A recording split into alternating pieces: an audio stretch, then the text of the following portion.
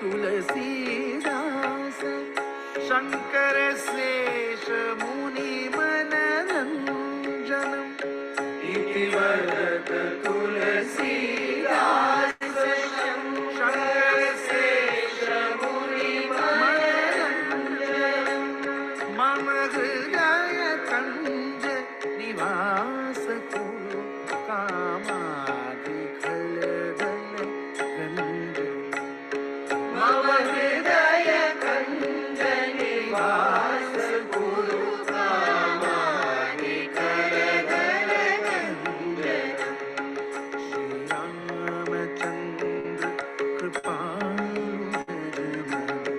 हरण भव भयदारुण श्री रामचंद्र कृपालु भज मन हरण भव भयदारुण नव कंज लोचन कंज मुख कर कंज पद कंजारुण नव कंज लोचन कंज मुख कर कंज पद कंजारुण श्री रामचंद्र कृपालु भज मन हरण भव भयदारुण श्री रामचंद्र कृपालु भज मन हरण भव भयदारुण श्री रामचंद्र कृपालु भज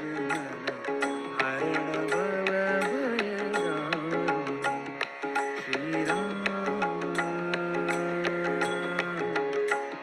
Shri Ram Shri Ram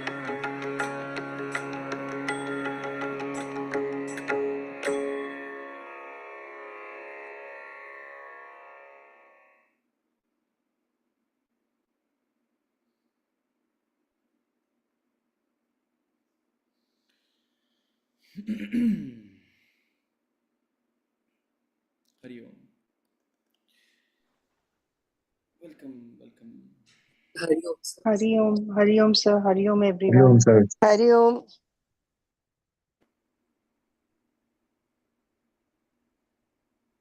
Hari Om. Hari Om sir, Hari Om everyone. Hari Om. Okay.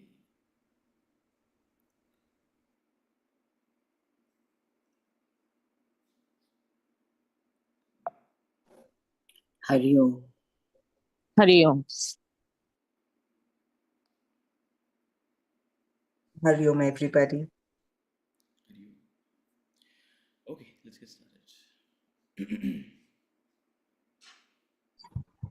Hari Om. Hari Om.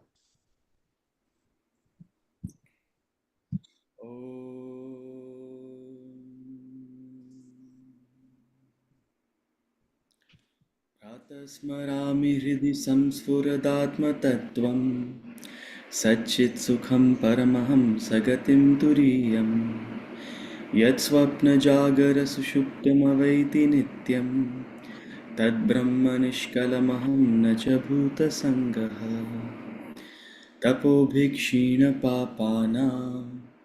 शान्तानां वीतरागिणां मुमुक्षूणामपेक्षोऽयम् आत्मबोधो विधीयते बोधोऽन्यसाधनेभ्यो हि साक्षान्मोक्षैकसाधनं पाकस्य वह्निवज्ञानं विना मोक्षो न सिद्ध्यति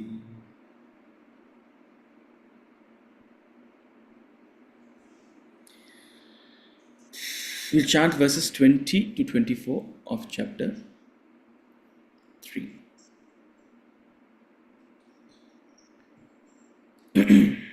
Verse number 20 to 24.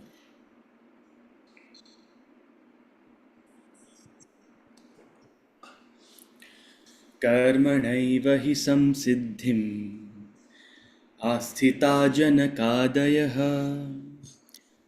लोकसंग्रहमेवापि सम्पश्यन् कर्तुमर्हसि कर्मणैव हि संसिद्धिम् आस्थिता जनकादयः लोकसङ्ग्रहमेवापि सम्पश्यन् कर्तुमर्हसि यद्यदाचरति श्रेष्ठः तत्तदेवेतरो जनः स यत्प्रमाणं कुरुते लोकस्तदनुवर्तते यद्यदाचरति श्रेष्ठः तत्तदेवेतरो जनः स यत्प्रमाणं कुरुते लोकस्तदनुवर्तते न मे पार्थास्ति कर्तव्यं त्रिषु लोकेषु किञ्चन नानवाप्तमवाप्तव्यं वर्त एव च कर्मणि न मे पार्थास्ति कर्तव्यं त्रिषु लोकेषु किञ्चन नानवाप्तमवाप्तव्यं वर्त एव च कर्मणि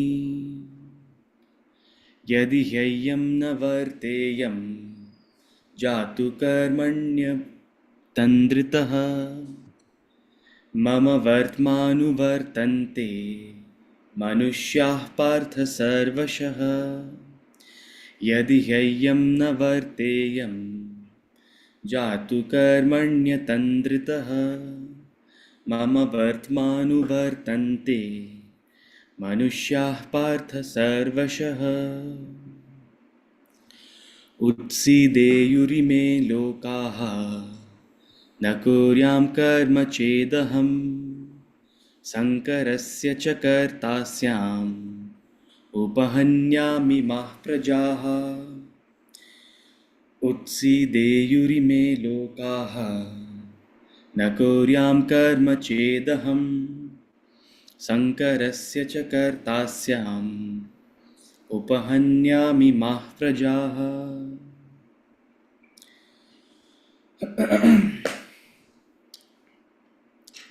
Okay, are there any questions?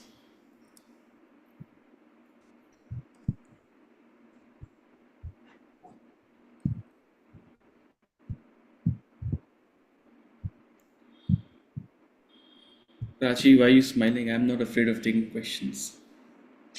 Huh? Bring it on. I'm smiling because I find it class was all questions, so I remember. I'm seeing what today's class be like. See, the topic of karma gets you into that. So, just to reiterate, people have all sorts of karmic theories, and religion in general uses several tools, and we're going to see it in today's class if we proceed. Religion uses several tools. The most subtle and significant and effective, if you can employ it, the most subtle tool that religion uses is knowledge.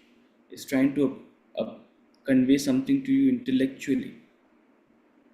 It's trying to convey something to you at a conceptual, intellectual level of reasoning, questioning, trying to understand. If you don't get that, and very few people are capable of that. Let me also state that very few people in this world. It's the law of proportion throughout the world. It's not unique to any particular field or any particular country or any particular region. But you'll always find far more people who want others to do the thinking for them. Very few people who will actually think, reason, judge, decide. And such are the people who are truly free. Very honestly. Everyone else is, to a large extent, trying to mimic their environment, trying to see what others are doing and maybe follow the same, trying to follow a path laid out by their predecessors or their peers. It's not about right or wrong. We all do that in proportion as well.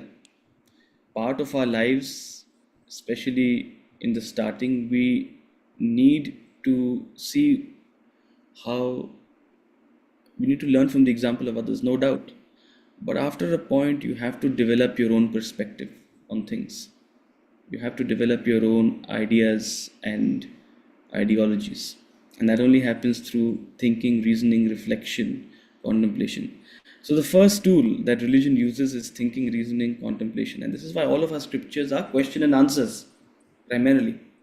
What has happened in the first 15 verses of this chapter? Lord Krishna has tried to convey to Arjuna a certain concept about karma, about yajna.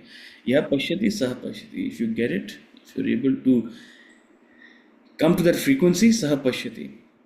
Then religion uses emotion.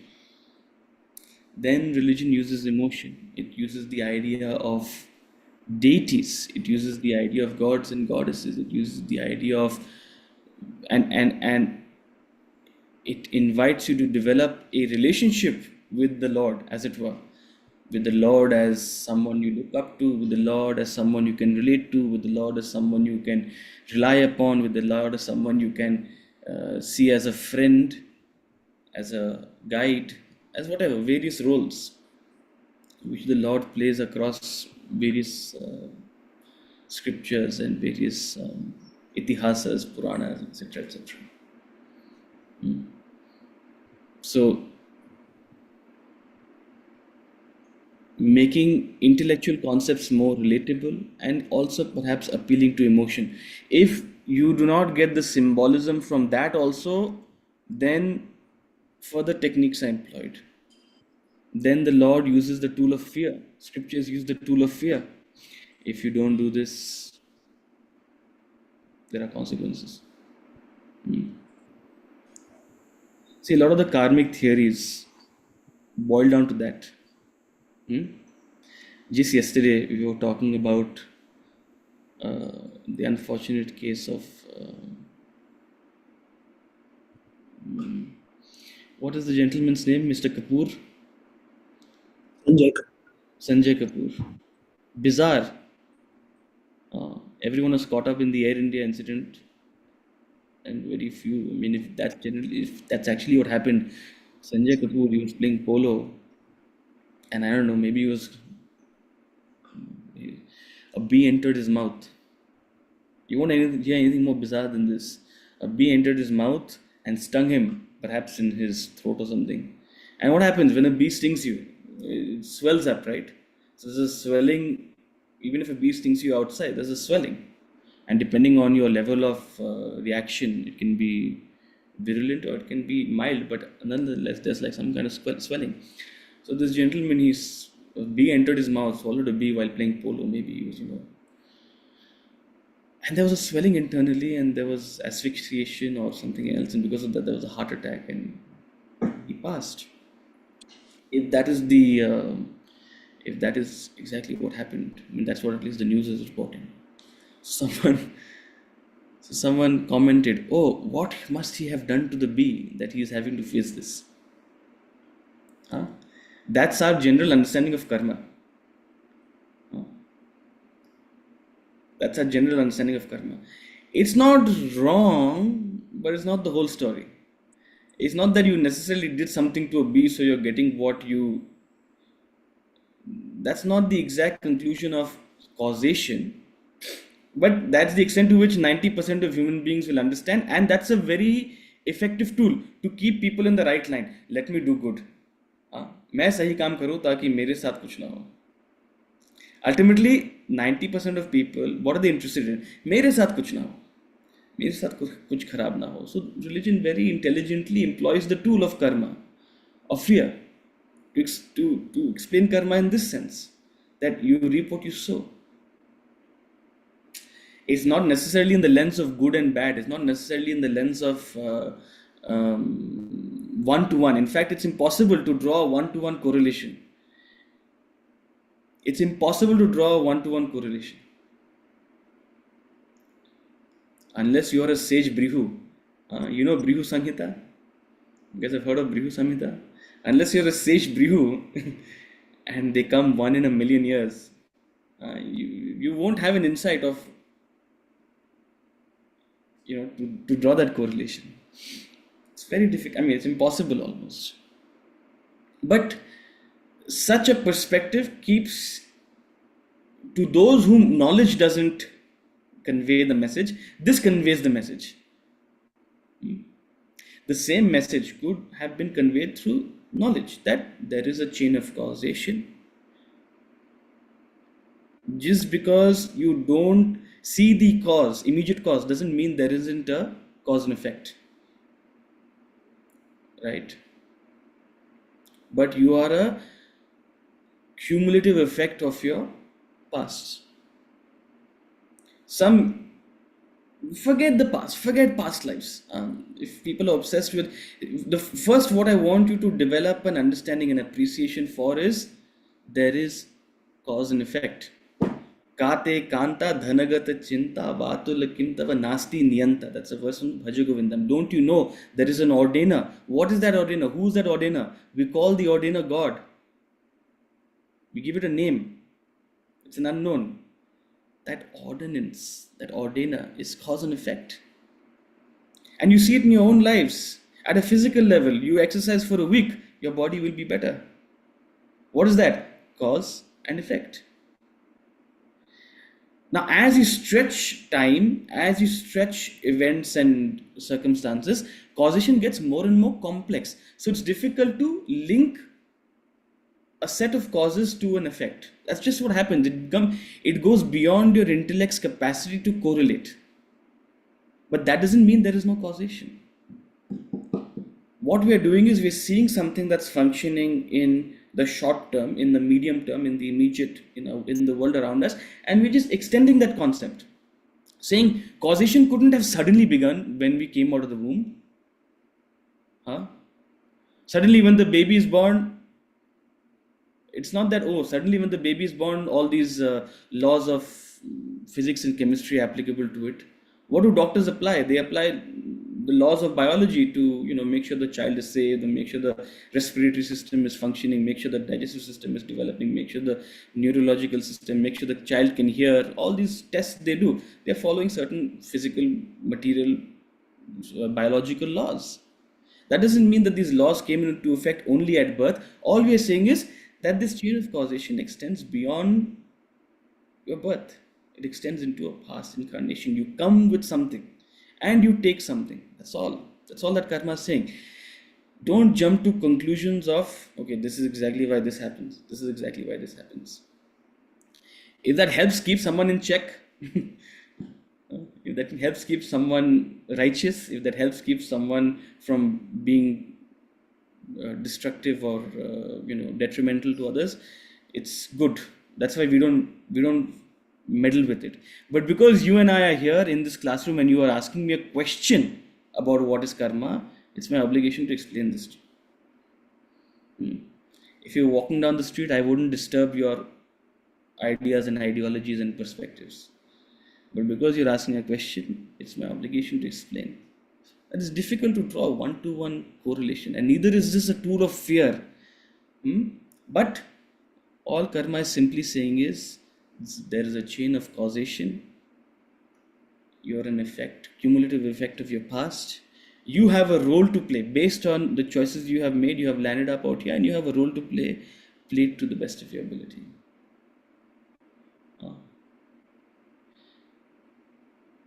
A lot of things you think, a lot of things you get, which you don't quite know whether you deserve or not. A lot of things you don't get, which you feel you deserved. Right? It's beyond your intellect's comprehension. And human beings tend to think about what they don't get, what they didn't achieve, what didn't work out. If you have to argue about it, then argue about everything. Why did I get the good stuff also? Why was I born into a rich Marwadi household. Uh, why was I born into the league of the Birlas or some third third cousins? Even if you're third cousins of the Birlas, you're well off. Or the Bangars. Yashuji, why were you born into the league of the Bangars? No one questions that. So, if you want to question and if you want to do a hisab with nature, if you want to challenge the fact that there is causation, challenge everything, the good and the bad. Otherwise, develop a spirit of surrender and understand that cumulatively the results are outside your control. But what you can do is control what kind of causes you put now. The now is in your control. What you do, how you choose to live your life, what choices you make is in your control. And no doubt, it may not have an immediate impact, but it will have an impact going forward. He says in chapter 3, chapter 3 or chapter 2, chapter 2, no effort is lost. No effort is lost. He says that in chapter 2, verse 40, I think. He says, no effort is lost in this path, in karma. That's how meticulous the chain of causation is. Adi Shankaracharya puts this more poetically. He says, what are you worried about your health and your wealth and your family and your property? Don't you know there is an ordina? He puts it so simply. Don't you know there's an ordina? You pray to it. Sab kuch hai tera, kya lage mera. You pray to it, but your actions are totally opposed to it. You pray to the Lord, but you don't believe in the Lord. If you believe in the Lord, you'll be abhayam, fearless. If you truly believe there is an ordina, if you truly believe that there is a universal intelligence, there is that unseen hand of karma, you'll have a sense of surrender.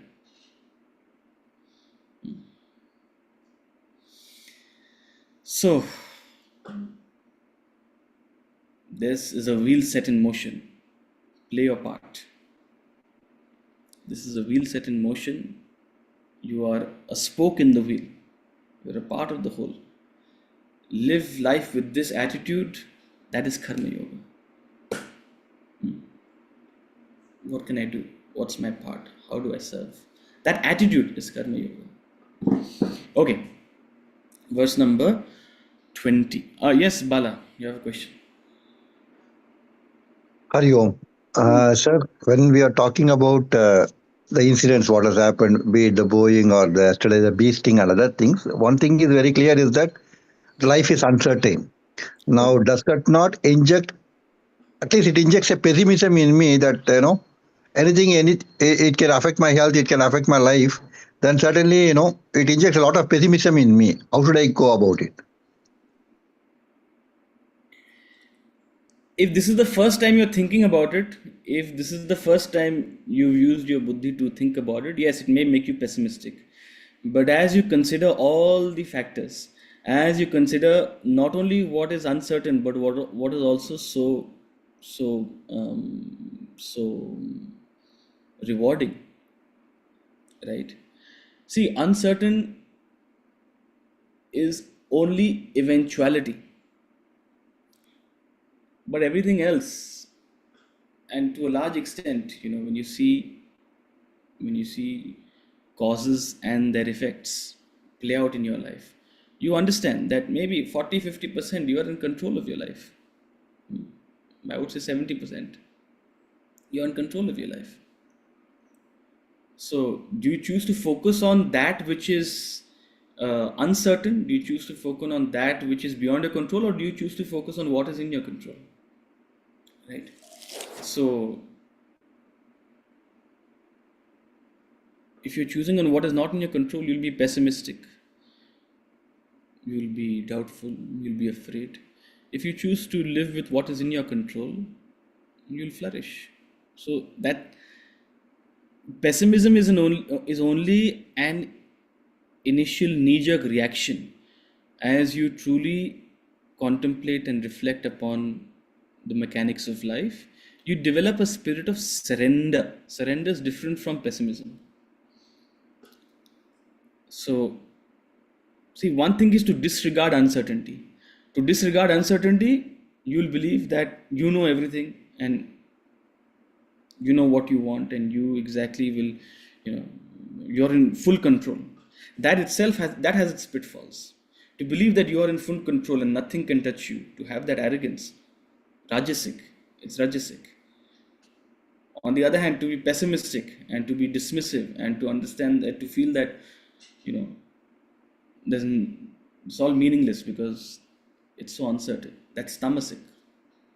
But the sattvic way of functioning is surrendering to what is not in your control and taking full responsibility and ownership for what is in your control.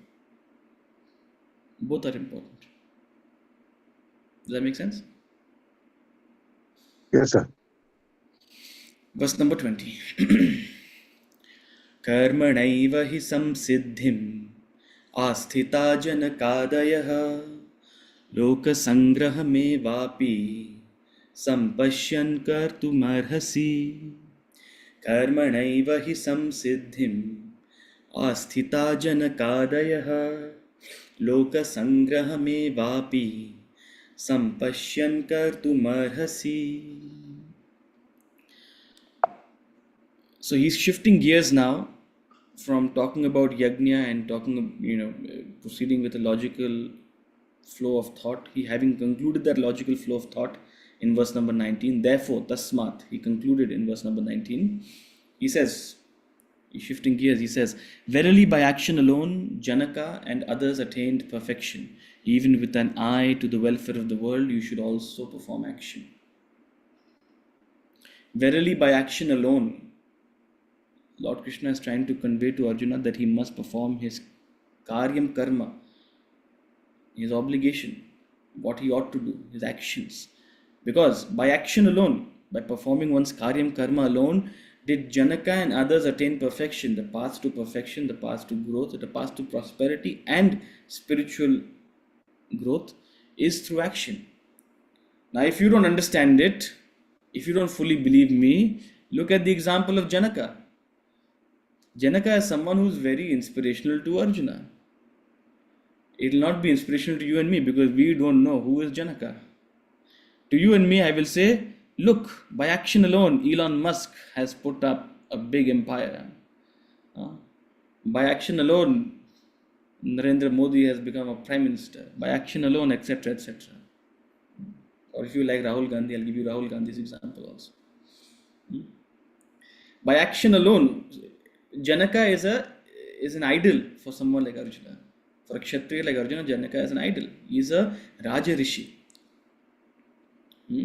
Very beautiful name in Bengali, Rajorshi.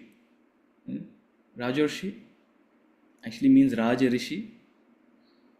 Raja Rishi means king sage. A sage, a rishi who's a king. Kings are meant to be sages. Sages are meant to be kings.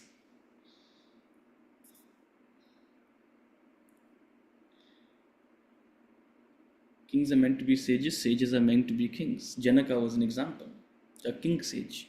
And by doing their obligatory duty, Janaka didn't say, oh, is dunya mein kya hai? There's no point in this world. I want to leave everything and go to Badrinath. Janaka didn't say that. Janaka had an obligation as a king and he did it to the best of his abilities by action alone. Arjuna, you can't run away from this battlefield of action.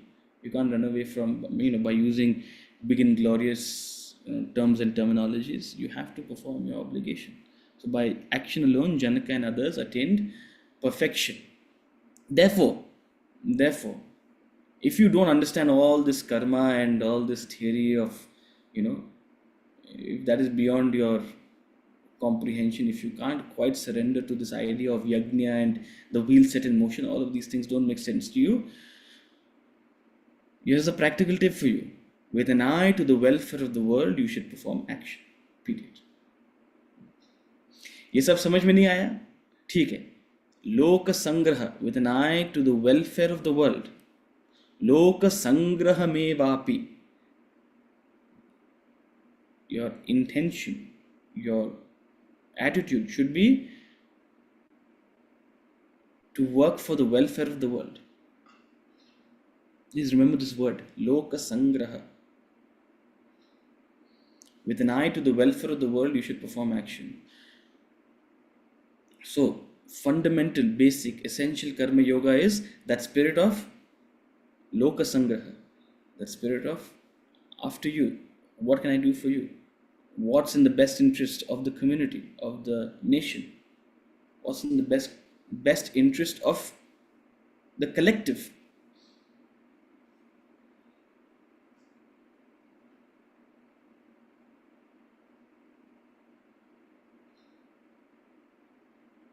So if nothing that I have said in the last 5, 6 classes, 10 classes has made sense, 5 classes has made sense, this is a bare minimum that you must do.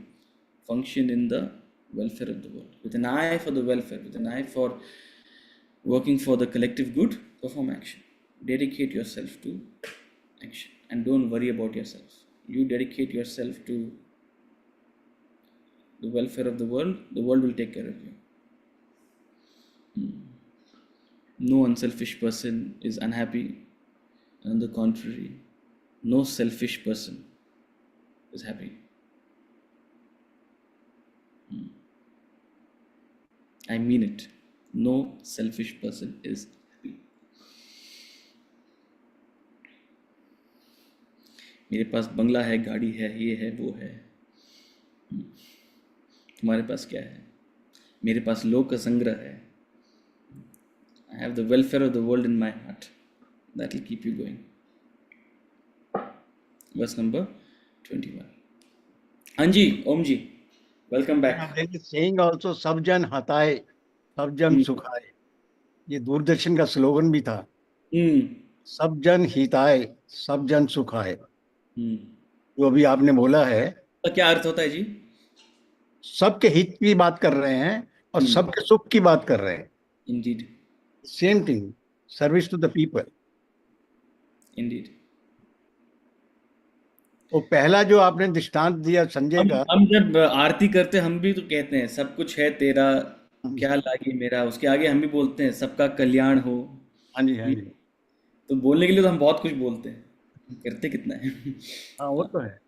नहीं लेकिन slogan है, One of the most रहते हैं slogan के भी याद करके रखें.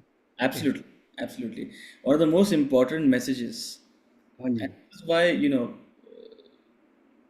every scripture has these. अभी आपने संजय कपूर के बारे में बोला, एक डेथ ऐसा इंडिया का भी, Indian chief of army air staff Japan में कोई मुखर्जी करके थे शायद.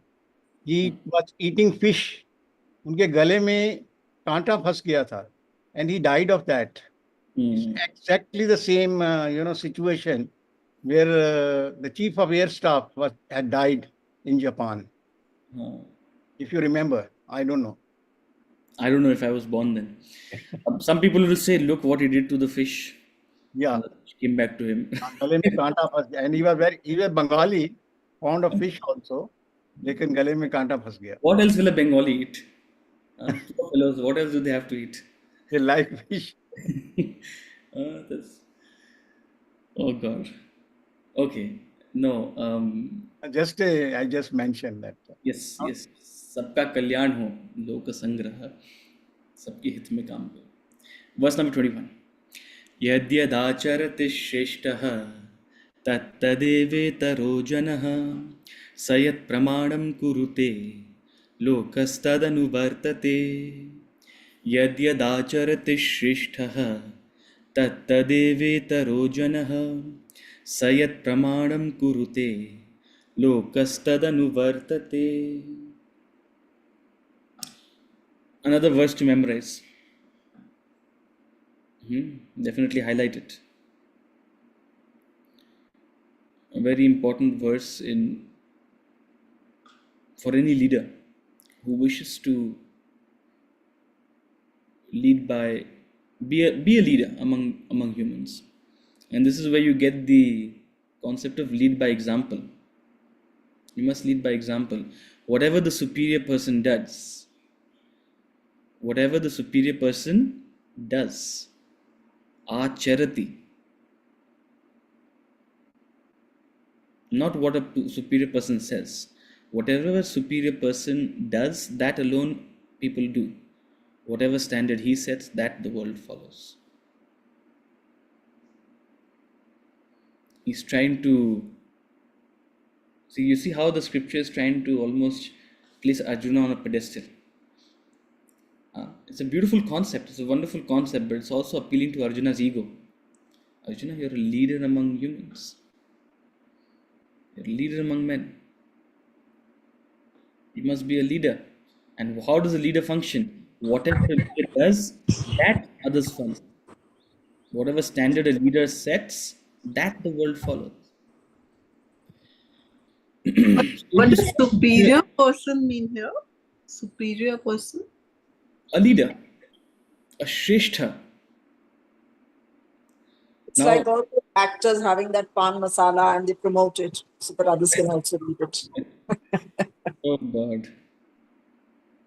If you consider them leaders, all the best. Huh? But that's true. You know, to the general public, people are very awed by all these actors and stars and all those things. Absolutely. So whatever, that's why it works. What is marketing? Marketing, what is influencer marketing? Or It's one of the celebrity. principles, no? Emulation. Correct. So whatever a superior person does, whatever a person in the limelight, whatever a person on the top does, so the bottom follow. Most of the world follows by example. As I said in the beginning of the class, most people lack the capacity to think, reason, judge, decide by themselves.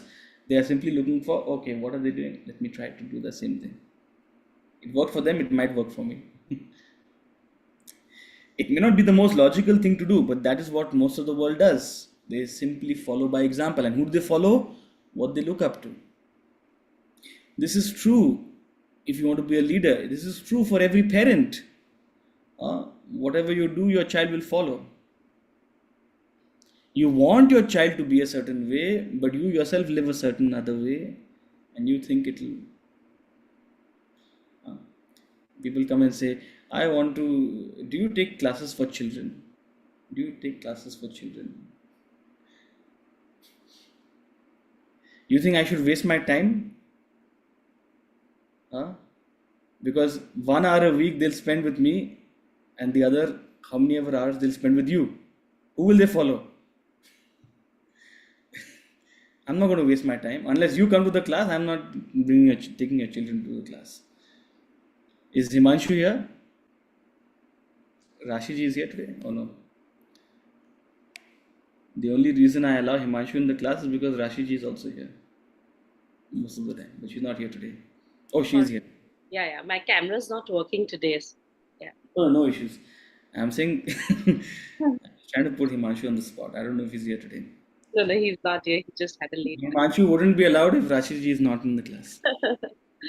Not because he's a child or anything, but unless the parent is following the principle, the child will not follow it. Unless a leader is living a certain way. So you lead by example. You must lead by example. So Lord Krishna is appealing to Arjuna's sense of identity. You're a leader, Arjuna. And if you want to lead people, lead by example. If you stop acting, if you act confused, if you are not able to handle a crisis, how do you expect others to? There are 1 million people following you into this war. How do you expect them to keep their sense of stability if you yourself are losing your stability? You must set the standard. You must stand firm in the face of a conflict, in the face of a challenging situation. You can't simply run away from it. Whatever a superior person does, that alone others follow. Lead by example. You must learn to lead by example. Verse number 22. Yes, Rituji. So I just was wondering why has the reverse order been employed in bringing home the message? I mean, no, not reverse order, sir, but like आपने कहा कि first it's the intellectual knowledge. Now, if that doesn't come home, or why is this order? I mean, what is the commentary on that? Why first Atma Gyan and then about the Jivatma, or about why this, like what you're doing, sir? First, he's intellectually कर्म योग समझा रहे हैं, उसके बाद वो he's coming to the other, this line of uh, explanation or reasoning. Yeah. So when you see any kind of emotional appeal, it has a temporary impact. It has an impact, no doubt, but it has a temporary impact. Okay. Okay. When one makes an intellectual appeal and the other person is able to understand, once you develop your own understanding about something, once you develop your own perspective about something, once you have the capability to question and reason and comprehend what is being said, then you become independent. It's a permanent impact. So an intellectual appeal has a more permanent impact than an emotional appeal. The scripture is a means of teaching, and the teacher wants to have a permanent impact. If permanent impact doesn't work, at least temporary impact, let it be there. At least let there be a temporary impact. So see, half the times you walk out of a lecture, you walk out feeling very good. Why? Because it's made an emotional impact, and it's instant, no doubt, but it's temporary, right? But what's far more important is the actual intellectual impact it's made. Have you gone deeper into reasoning and understanding what was trying to be conveyed? Once you understand it, Swamiji used to say, I hope you never come back.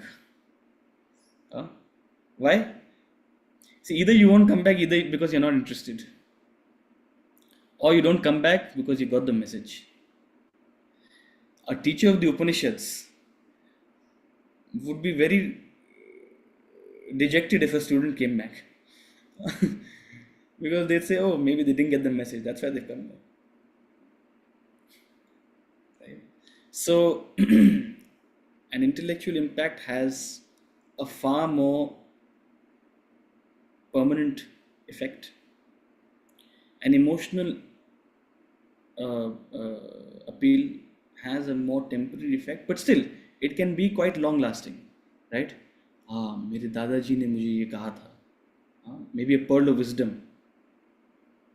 You have these like nuggets, coupled with the fact that it came from someone you look up to, and etc. etc. It has an impact, no doubt. If that also doesn't work, then the scriptures also descend to fear, to threat. ये नहीं करोगे तो भारी पड़ेगा. It's a fear, it's a threat. It has a very different kind of impact. But there's no real transformation in that through fear and through threat. There's no real transformation. The real transformation only comes through knowledge. And that's why the scriptures employ this method. Even the Upanishads, they'll first explain concepts very subtly in minimal explanation. Those who get it, you can leave. Literally, those who get it, you can leave. Those who didn't get it, stay. I will elaborate. Then they elaborate the concept. Then those who don't even get the elaboration of the concept, they give examples through a story or a parable. Those who don't even get the story or the parable, then they create some tales which have some very grave messages. Half these Panchatantra stories, they have very grave messages, right? That's for a certain level of student. That's for a certain class of person, intellectually, right? In the beginning, or as a you know deterrence, you give fear and threat. But for a student who is evolved or capable of being evolved, you convey knowledge. Now you don't know the level of the other person, or you at least hope and wish for the best for the other person. So you start with knowledge. If that doesn't work, emotion. If that doesn't work, fear. If that doesn't work, threat. So very curiously, it's very different. In fact, just the reverse order of how in our life we education is happening. Let's say, I mean, you start from the easier concepts and then go on to the difficult ones, building on that. See, But emotional appeals and fear and threat are not even concepts. okay, They are not simpler in any way. It's a totally different way of conveying a message. I don't mean to say that you should start with the complicated concept of karma. Even when you're explaining something intellectually, it's very important to break it down into simpler fundamental concepts, which is what we're doing in this class. So when I say an intellectual appeal, I don't necessarily mean make it complicated and make it abstruse, right? Yeah, it should be explained in sure, you can say that about Upanishadic literature, that yes, it starts from the more complicated and then sort of simplifies. But in general, even when we try to convey something, you don't have to necessarily be,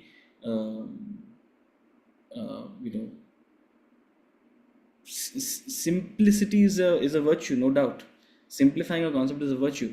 At the same time, any teacher will be able to gauge the level of the student by saying something and seeing their capacity to grasp. mm, Suppose I say sine theta and cos theta. You'll all be confused, right? But maybe someone who studied mathematics will be able to understand. So I'll be able to gauge, okay, what is the level of the understanding. Okay, this person understands basic trigonometry terms. So saying something in a certain, I'm not saying complicated or complex, but in a certain comprehensive way, it helps a teacher gauge the level of the student, because the teacher is always trying to assess what is the language the student understands, what is the level of the student, and will try to find that sync, right? But it takes time for the teacher to find that sync. So it starts from the top, okay, right? So it's a pedagogy, it's a methodology. But of course, when we are aware of the level of a class, if I know everyone attending my class is first time, attending a Vedanta session, as a teacher, of course, I'll make it simple. We'll break it down. I'll not use any complicated terminologies, any Sanskrit terms. We'll make it Vedanta 101. Yeah. Verse number 22. Na me parthasti kartavyam trishu lokeshu kinchana nana vaptava vaptavyam varta eva cha karmani. Na me parthasti kartavyam trishu lokeshu kinchana nana vaptama vaptavyam varta eva cha karmani. O Partha, there is nothing in the three worlds that has to be done by me, nor anything unattained that has to be attained. Yet I engage in action. O Partha, look at my own example. Again, another emotional appeal. O Partha, you consider me as a friend, as a guide, as someone you rely upon. Look at me. Okay, Janaka didn't hit home, but look at me. The example of Janaka didn't convince you, but look at my example, O Partha. There is nothing to be done in the world for me. Nothing in the three worlds that has to be done by me. nor anything unattained that has to be attained. I don't need anything. It's like a rich CEO trying to convince his son, I don't need to work. I don't need the money. I do it out of, I'm playing my role. Uh,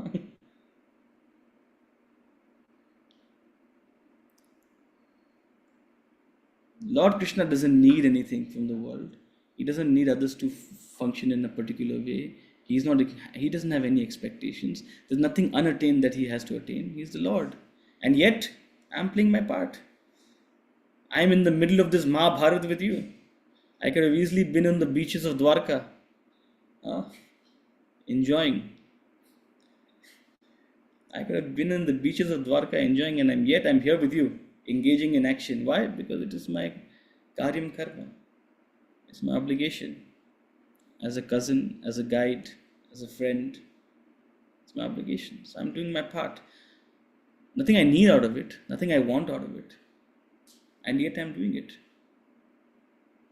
So an emotional appeal to convey to Arjuna that you must perform your role, your yajna. See, all of this falls into the realm of emotional appeal.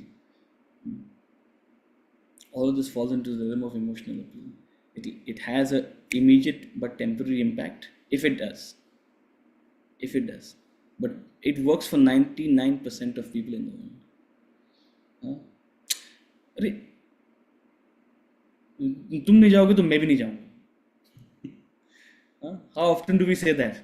नहीं, if you don't go, then I also won't go. I'll also cancel my plan. Then out of pressure, others, no, you don't cancel your plan. I'll come. I'll make the effort. No amount of reasoning will convince another person. But the moment you say, even I won't do it, you make that emotional appeal, 99% of people will buckle. I don't want to make them feel bad. So 99% of the people function on the level of feeling. And that's why these approaches are very practical. They work. Do they have a permanent impact? Do they have any real impact on the person? No. That also is, I can tell you. It has no real impact, but it works. It works for an immediate result. So look at my own example, O Arjuna, and follow me. Verse number 23. Yadi hyayam na varteyam jatu karmanyatandritaha mama vartmanu vartante manushya partha sarvashah. Yadi hyayam na varteyam jatu karmanyatandritaha mama vartmanu vartante manushya partha sarvashah. If indeed I do not ever engage in action, unwearied men would in every way follow my path, O Partha. So he's giving and let's read verse number 24 also together. Utsi deyuri me lokaha nakuryam karma chedaham sankarasya cha kartasyam upahanyami mah prajaha. Utsi deyuri me lokaha nakuryam karma chedaham sankarasya cha kartasyam upahanyami mah prajaha. These worlds would perish if I did not perform action. I should be the cause of confusion of castes and should destroy these people. So in verse number 23 and 24, continuing to use his own personal example, O Partha, there's nothing I need to attain. And yet I engage in action.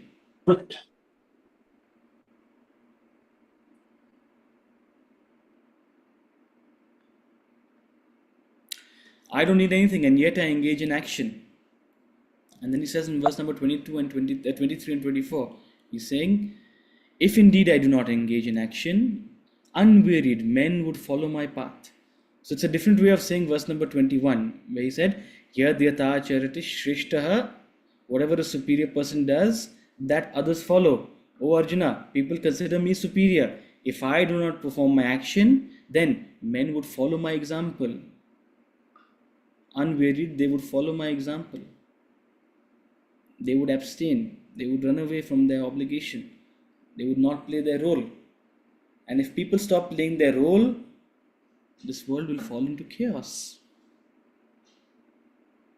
There'll be a confusion. And that's what he says in the next verse. That's the threat. The worlds would perish if I did not perform action. Why? If I don't perform action, others will not perform their action. Because as the leader does, so others follow. And therefore, I should be the cause of the confusion of castes and should destroy these people. Now, people use this, people who don't understand the context and don't understand the word of meaning of caste. Sankarasya. Varna Sankarasya. He's relating to the term used in chapter 1 by Arjuna himself. Varna Sankat. Varna Sankat means the confusion of castes. So I'll be the cause of the confusion of castes. What does confusion of castes mean? Your caste, first of all, is guna pradhan, is determined by your guna. And based on your gunas, based on your tendencies, based on your temperament, you have roles and responsibilities in this world. Based on your temperament, you make certain choices, you take up certain roles and responsibilities, right? Now, once you take up those roles and responsibilities, that becomes your caste. So, caste is not something that should be imposed upon you. Caste is not something that should be imposed upon you. And it's unfortunate that society's little understanding of Varna has. I often say that if we can just redo all of this, erase it. It's a mess that people have made, especially in this country. Above Varna, they have brought Jati, and within Jati, they have brought sub-Jatis. It's the blind leading the blind, pardon my language, idiots. Idiots of the first order, who have no understanding of scriptural injunction. If it can be done away with, and if there was a reset button, I would press reset. Because the concept of Varna is very logical and it's very meaningful. Its application is absolutely wrong. The idea of caste, the idea of Varna is that every human being is a combination of the gunas, sattva, rajas, tamas. Now, if you're predominantly tamasic, and tamas has several flavors. Tamas has the flavor of ignorance, laziness, lethargy, indifference. There are different flavors. Any one is tamasic. You may be ignorant. That makes you tamasic. That doesn't mean you can't become rajasic or sattvic. If you have all the other flavors of tamas, if along with ignorance, if you're also indolent, if you're also arrogant, if you're also indifferent, then you will be you'll find it very difficult to rise out of tamas. But if you only have one flavor of tamas, which is ignorance, but at the same time you are determined to learn, you can rise out of tamas. So in the beginning, in any field, in the beginning of your career, when you join as even if your father is the CEO, Vijay Mallya, he gave a podcast, I don't know if any of you saw it, and he said, my father sent me as a business trainee, management trainee to XYZ places. Even if your father is the CEO of a big organization, you have to start as a management trainee in all the true sense. Why? In the beginning, you are a Shudra.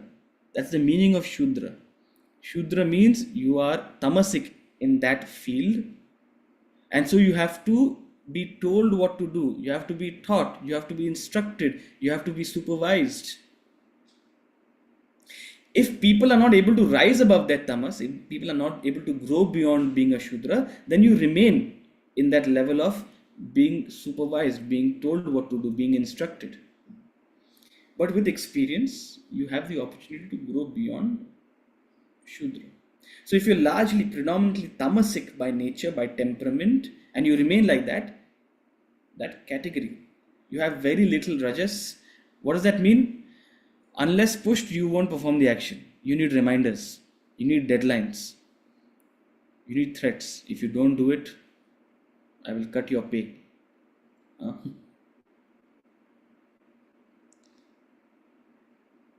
You want an example of this? Try getting some construction work done in Calcutta. Try getting some construction work done in Calcutta. You'll get an example of this. They'll come slightly late after working for 1 hour. In the middle chit chatting, they'll take a break. For what? Moody khabo. Moody khabo. Then they'll work for another half an hour. And if you're not watching, they'll try to skip it. Then lunch break. After lunch break, you think they'll come back to work? No, siesta. After that, they maybe work for another hour, hour and a half. And if you're not supervising and giving them clear instructions of what has to be done, they'll do half the work and then they'll say, "Aaj ke amar jete hobe. I have to go home early. The train will leave." The back home. I've got construction work done in Delhi and done in Calcutta. I'm not saying Delhi is perfect in any way. There's its own set of problems. But my God, what takes a week out here will take 3 months in Calcutta. Tamasic. And unless you're not supervising, I want this wall done by today. If this wall is not finished, if you don't finish the bricklaying and the plaster by today, I'll cut your pay. That threat will make them work. That threat will make them work. Tamas. Shudra. If you're able to grow above, if you develop a yearning, a desire for progress, for prosperity, if you have an eye of making that extra buck, you become rajasic. So you want to perform action. Why? Because you want to enjoy more, you want to gain more. You become rajasic, you become a vaishya.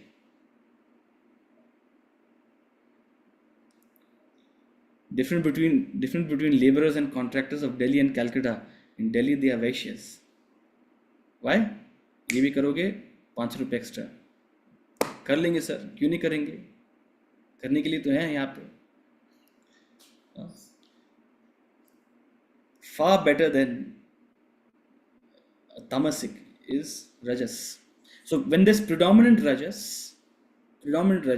with some flavor of tamas and less sattva, more flavor of tamas. What's that flavor of tamas? The action is predominantly selfish. There's no higher goal. There's no bigger vision. There's no sense of service. What is inspiring the action? Personal benefit. What's in it for me? That's when your category, your varna is a vaishya, because you're predominantly rajasic, little bit less tamas, but very little sattva. If you're able to increase the sattvic content and reduce the rajasic content, so if you remain, the tamasic content, if you remain rajasic predominantly, but increase the sattvic content and reduce the tamasic content, what does that mean? You're still very active by nature. You're engaged in action. You're very dynamic, but the intention is sattvic rather than tamasic. What does that mean? It means you have a higher goal. You want to serve. You want to play you want to contribute to society. That's when you're a kshatriya. You have a higher goal to serve the community. You want to take up positions of responsibility, starting with your CWF, your Citizens Welfare Forum, for your society. My neighbor, I don't know, maybe someday he'll see this class, but very dynamic gentleman. He's the vice president of the CWF, and half his day and because of him and a few others, the 9 square blocks of my society is beautiful. It's wonderful to see that. Why? Because largely all these bodies are filled with people who don't care. Right? This is why half the CWF bodies are defunct. There's no administration, there's no proper maintenance. But what's happened in our 9 blocks of this entire society, they've developed their own body. They've developed their own mini CWF. They take a little bit of money from us, all the residents, and then they've taken up this initiative to keep the block clean, keep it safe. The roads are painted and marked. There's cleaning people who come, kachara people who come to pick up the kachara. There is security. There is beautification, simple things. But some people have taken the initiative to start this organization and collectively work for the community. Kshatriya. Incidentally, he's from the army. Kshatriya Bhav. Those kind of people are suited for the army. Kshatriya Bhav.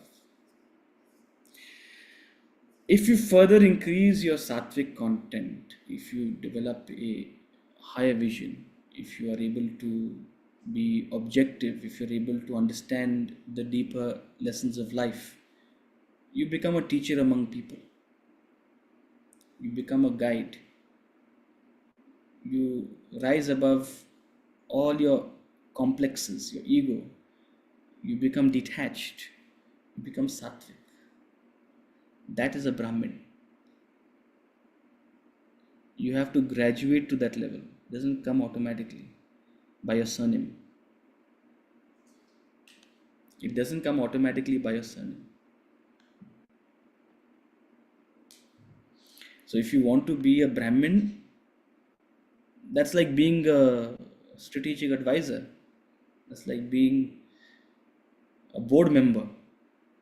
So if you have to compare it to an organization, a Shudra is the low-level executive.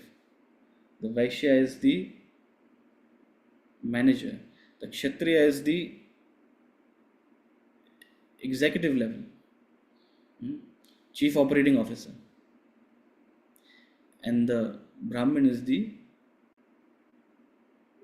director and board of director and chairman.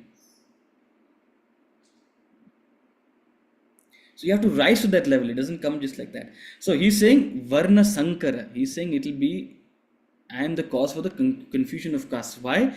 Because when people don't perform their role, where people don't play their part, based on your capacity, based on your temperament, based on your Varna, you have a certain role to play. You have a certain responsibility to do. And if people don't play their part, there'll be confusion, there'll be chaos, there'll be a collapse. It will cause their own destruction and the destruction of those around them. Society will collapse. So he's trying to, again, earlier he was emotionally appealing, now he's threatening Arjuna. If this doesn't happen, if I don't follow the example, look at what will happen.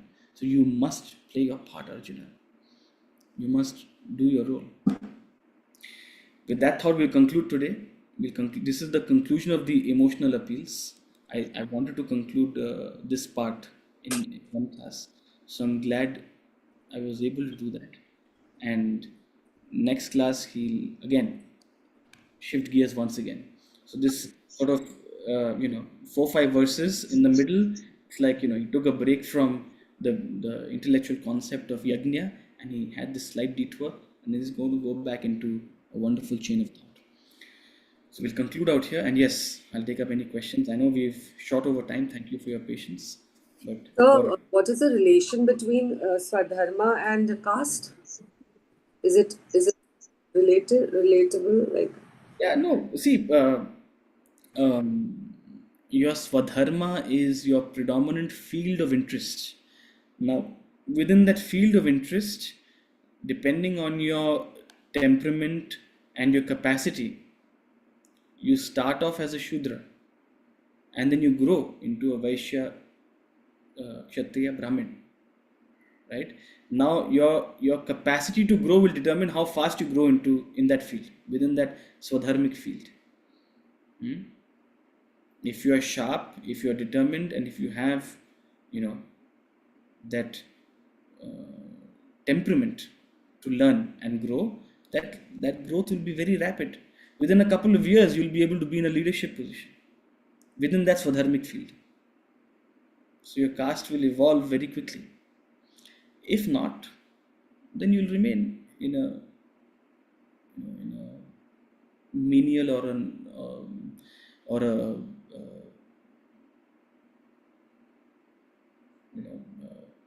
mediocre position, right? If you lack the capacity to learn and grow. Does that make sense? It's a very popular saying, Raj Kapoor, when he asked his father, I want to become a director. He said, you have to start from the lowest rank. And he lived also. He is one of the very good film director also. Correct. So how did he... We've taken Shudra to mean something bad. Yeah. We've That's taken this idea, and this is because culturally we have this idea of untouchability, and we've almost made it derogatory. No, absolutely not. You must have the humility to understand in certain fields you start off at the lowest level. That spirit of a learner, in fact, that's what helps a Shudra evolve. Yeah. So try to, if possible, that cultural notion that a Shudra is someone who's unqualified, or that's totally wrong, and it's which is why it's important not to place these castes in a level, in a hierarchy of qualification, right? It's important not to place them in a hierarchy of qualification, because what matters is your capacity to grow. A Shudra of today is a Brahmin of tomorrow, if they have the capacity to grow. If someone becomes arrogant in their position, they quote their own downfall. A Brahmin will quote their own downfall if they become arrogant and complacent, if they develop an egoism. Right? So that way, in all practical purposes, both is possible. Sir, are emotional appeal selfish appeal, sir? Generally, they tend to have some influence on one's ego, right? Your emotions are directly or indirectly related to your ego. It could be a benevolent ego also. It could be a self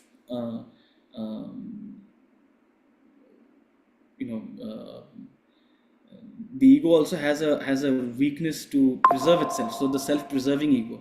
So it could appeal to different aspects of your ego, the benevolent ego or the self-preserving ego, but the spectrum of emotional appeals generally tends to appeal to one's ego, right? Like what is Yadedachar, whatever a leader does, others must follow. You're a leader among men.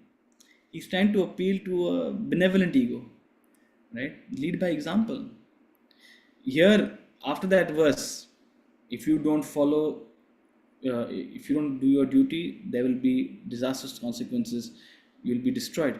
It's appealing to the self-preserving ego, right? So definitely, emotional appeals are, are appeals directly or indirectly to one's ego. Again, nothing bad about it, right? It works because 99% of us are egoistic by nature, so it works. But true transformation, true growth, true impact only comes through an intellectual appeal. When you convey something, it's like teaching others how to fish. And once you teach them how to fish, they'll learn how to fish. They'll know how to fish for the next time. So an intellectual appeal is like that. You're trying to convey a concept. If the other person is able to comprehend it, and the extent to which they're able to comprehend it, to that extent they become self-sufficient. The extent to which you're able to understand what I'm trying to convey to you, you'll become self-sufficient in Vedanta. Right? The role of a teacher is to make you aap saman. The role of a teacher is to make you like himself or herself. As a teacher, it's your obligation to be selfless. So intellectual appeal is the most effective. The funny story also about Mahatma Gandhi. Some lady approached Gandhiji that my son is always wanting sugar. And Gandhiji said, you come after 5 days. After 5 days, he told her son, don't eat sugar. Then she asked him why he took 5 days to tell. He said, I was also taking sugar. So he had to set his own example. Funny story, but it is a true. Indeed. Practice. See, we all hear the saying, practice what you preach, which is also very important, right? You must practice what you're actually saying. But what Gandhiji did, and what Swamiji tells us always is, you must preach what you practice. Preach only after you started practicing it. I can't preach all this detachment and unselfishness unless I myself am practicing it already. And the funny thing is that it will not have an impact. If a teacher is not practicing it, their words will not have an impact. My words are having an impact upon you or not, only the extent to which I am being honest. It's a vibration that you develop once you practice and then you preach. You have that vibration. So definitely. And that's the true same thing for your organization. If you're a leader among people, that's the same thing for your family. Unless you're practicing it. Utsavji, there are a lot of proverbs also being used, and we don't digest, or anybody doesn't digest at the same time. But when time comes, then it's like a beej akshar. It sprouts. वो कहते हैं ना कि माली सिंचे 100 गड़ा रुत आए फल होए. So it sprouts on its own when the need comes of that particular. That also is there. Indeed.